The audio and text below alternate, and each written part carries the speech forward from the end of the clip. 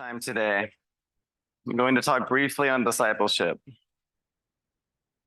namely what it means to disciple, or rather how to be a disciple, how to disciple others, and some tips. Let's start in Philippians 4. Rejoice in the Lord always. Again, I will say rejoice. So this is a pretty straightforward instruction here. Rejoice. But talking about rejoicing and rejoicing are two completely different things, and we know this.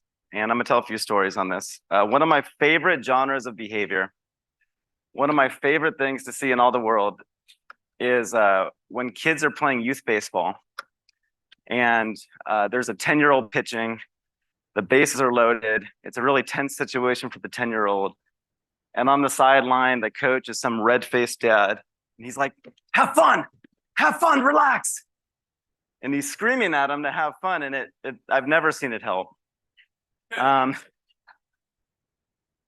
Similar to this would be if you've ever had like a disagreement with your spouse and you say, calm down. I don't know if you've ever tried this, but calm down, relax. It's not a big deal. It is a big deal. I mean, it's becoming a big deal. And so you don't want to do that. And it is funny because it's so dumb on the face of it, right? To yell at someone to relax, to smile, calm down. And I would submit the way to teach grace under pressure is to have grace under pressure. The way to encourage children to have fun is to have fun yourself. The way to teach being relaxed is to be relaxed. I deal with this for a living. I work with families with special needs children.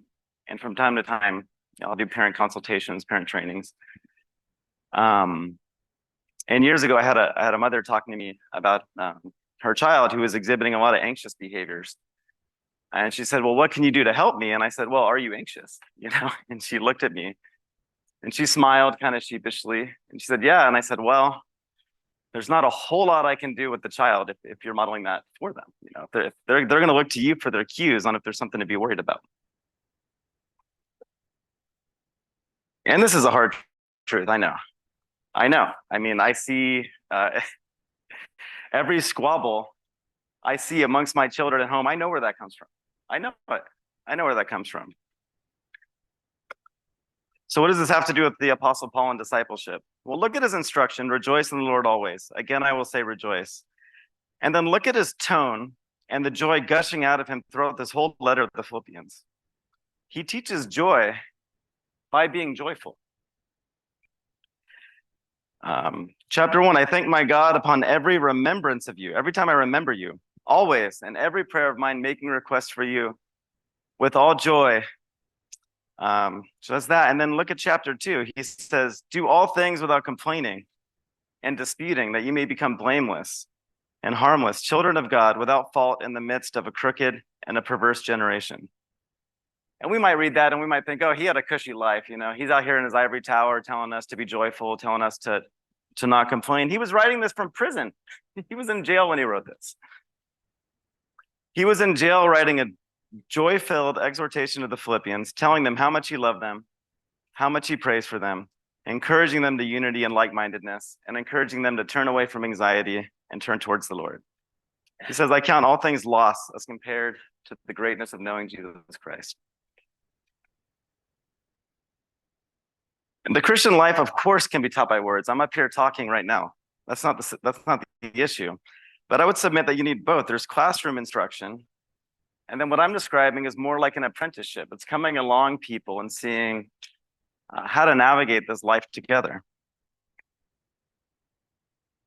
We need each other. That's why we need the church. Do you want to be a disciple? Well, I would submit, come alongside wiser believers. Come alongside believers who have what I would call a really boring testimony. They go to church.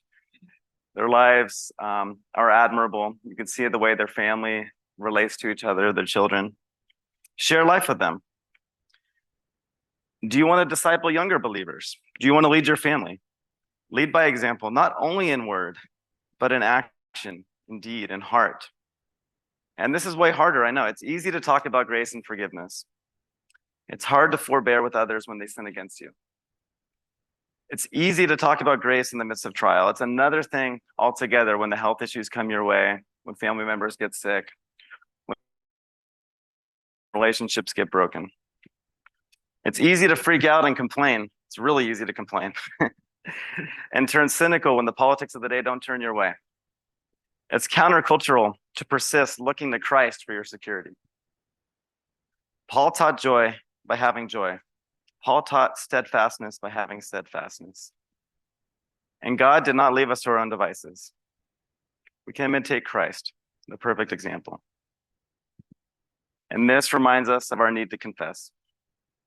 Our scripture of confession today is from Psalm 61, verses 1 through 2. Hear my cry, O God. Attend to my prayer. From the end of the earth, I will cry to you. When my heart is overwhelmed, lead me to the rock that is higher than I.